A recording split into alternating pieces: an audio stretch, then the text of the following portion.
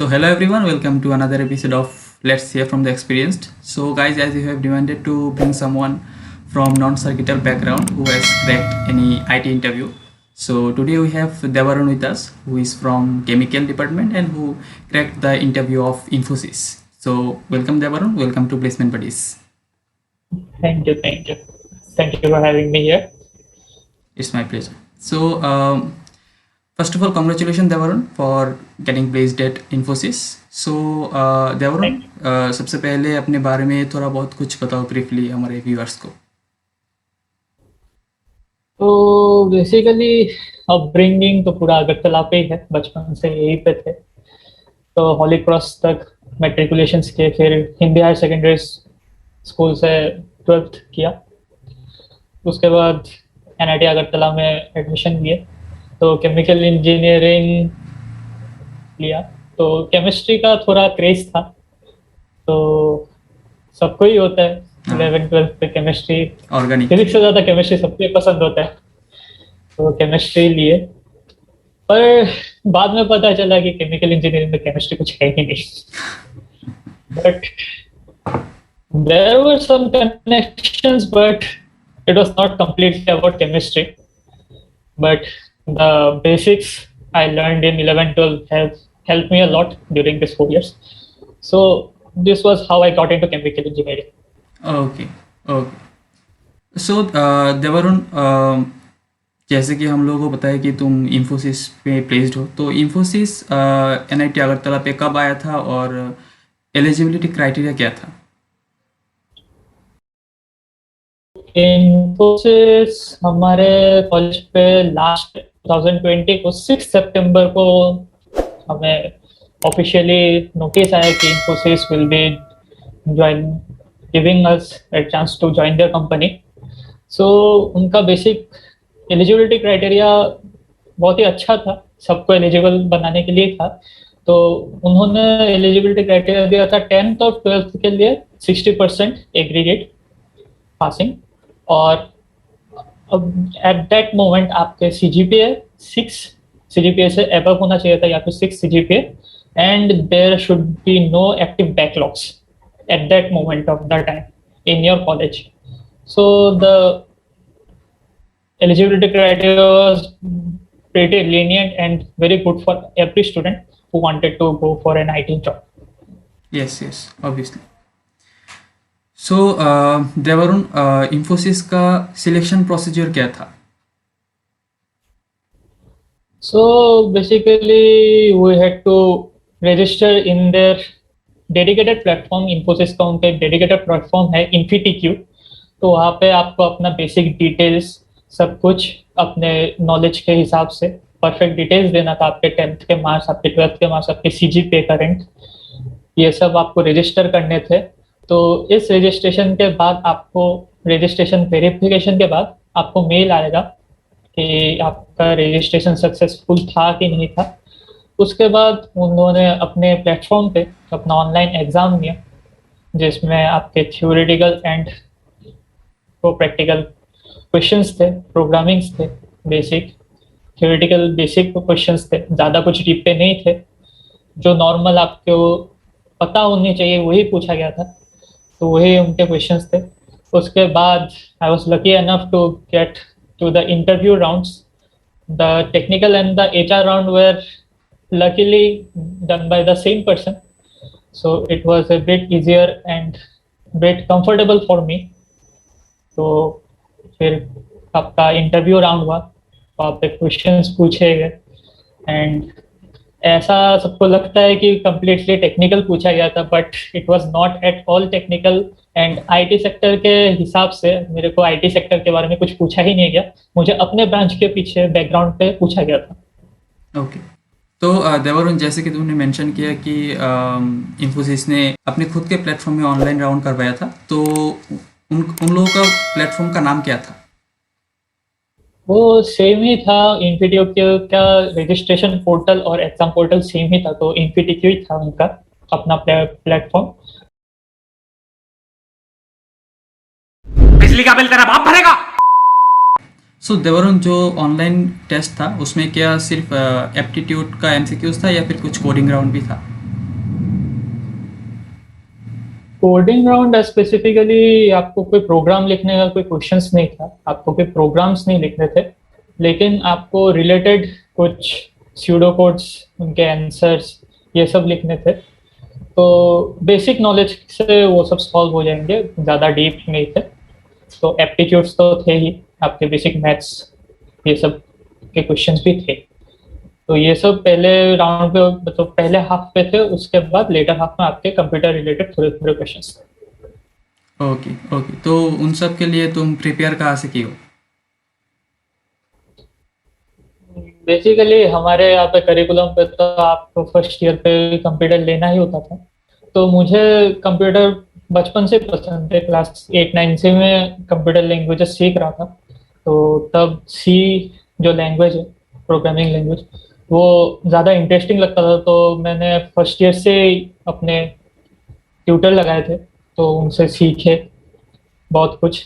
बाकी करिकुलम पे नहीं था, बस अपनी इंटरेस्ट की वजह से सीख लिया था। यूट्यूब था, सब कुछ था, तो सीख सीख के प्रैक्टिस करते थे। फिर करिकुलम में भी हेल्प हो गया जब आया हम लोग के यहाँ पे करिकुलम पे। तो इसके वजह से मुझे बेसिक नॉलेज था सी प्रोग्रामिंग के बारे में। बाकी सी प्लस प्लस, जावा, इन सब के बारे में ज़्यादा कुछ नॉलेज नहीं था मुझे, बट ये ही काफ़ी था जितना था। Okay okay okay. तो उसके बाद शायद से तुम्हारा टेक्निकल राउंड हुआ था। जैसे कि तुमने बताया कि टेक्निकल राउंड पे टेक्निकल और एचआर दोनों का सवाल पूछा गया था। तो बेसिकली मतलब क्या था सवाल, किस टाइप के थे? तो मेरा इंटरव्यू थोड़ा बहुत काइंड ऑफ फनी था, थोड़ा एंगेजिंग था, क्योंकि मेरे जो एचआर थे उन्होंने पहले ही क्वेश्चन मुझे किया था कि what is your name, and it was kind of funny because he should know my name because he was taking a personal interview of me, but still I gave him the answer that my name is Devarun Datta and I am from Chemical Engineering branch, NIT Agartala. So he gave me a counter question that how will you prove it that you are the Devarun Datta you have specified in your registration form. तो ये मेरे लिए एक अजीब सा एक सवाल था, पहला क्वेश्चन था जो ऐसे पूछा गया मुझे। तो naturally out of reflex I went for my voter ID card और माई कॉलेज आईडी कार्ड जिस पर मेरा नाम और मेरा पिक्चर था, to prove him, and I try to show it through my webcam from my laptop, but webcam का तो आपको पता ही है, दिखाई नहीं देता ज़्यादा अच्छा। तो उन्होंने भी यही नोटिस आउट किया, कुछ दिखाई नहीं दे रहे। तो अब मैं अभी एक कंफ्यूजन में गिर गया था कि कैसे प्रूव करूं। तो lastly I gave up and I didn't know what answer he was expecting me. So I don't know if it was a bad impression or a good impression because I frankly didn't know and I was freaked out kind of. पहला ही question जो मैंने answer नहीं कर पाया मैं। तो उसके बाद he moved on to ask me what were my personal traits and I said him that I was optimistic, I love to work smart, not work hard. Yes. थोड़ा क्लीशेड लाइन है पर अप्लाई होता है। हाँ और फिर मैंने बोला कि I am a very good team player, leadership इतना भी अच्छा नहीं है लेकिन as a team player I can thrive in lot of situations and I can give out solutions in critical positions when I am thrown in critical positions. So critical thinking मेरा थोड़ा अच्छा है, तो यही मैंने बोला।